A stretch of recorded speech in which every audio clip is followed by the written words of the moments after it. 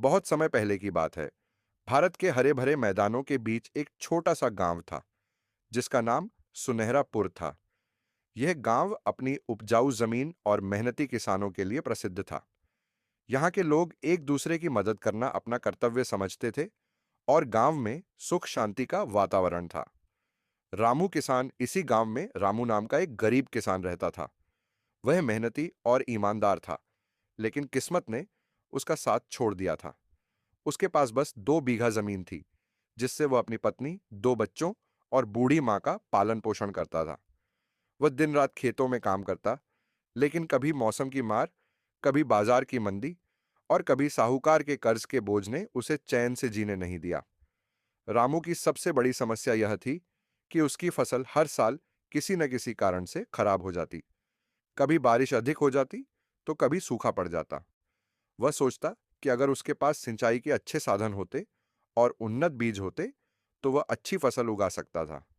लेकिन गांव का एकमात्र तालाब भी धीरे धीरे सूख रहा था, जिससे पानी की समस्या और गंभीर हो गई थी।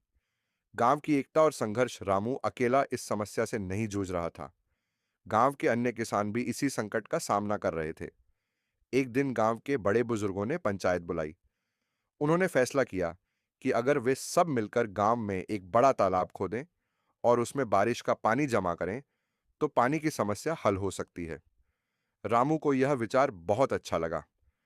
वह सबसे पहले आगे आया और अपनी जमीन का एक छोटा हिस्सा तालाब के लिए दान कर दिया। धीरे धीरे बाकी गांव वाले भी इस काम में जुड़ गए। सबने मिलकर मेहनत की, अपने बैलों और हलों का उपयोग किया और कई महीनों की कड़ी मेहनत के बाद गांव में एक सुंदर तालाब तैयार हो गया। बारिश का मौसम आया और देखते ही देखते तालाब लबालब भर गया। अब गांव के किसानों के पास सिंचाई के लिए पर्याप्त पानी था। रामू और बाकी किसानों ने आधुनिक खेती के तरीकों को अपनाया, उन्नत बीजों का उपयोग किया और देखते ही देखते खेतों में सोना उगने लगा। परिश्रम का फल अगले कुछ वर्षों में गांव की स्थिति पूरी तरह बदल गई। अब न तो किसानों को पानी की चिंता थी और न ही कर्ज के बोझ का डर।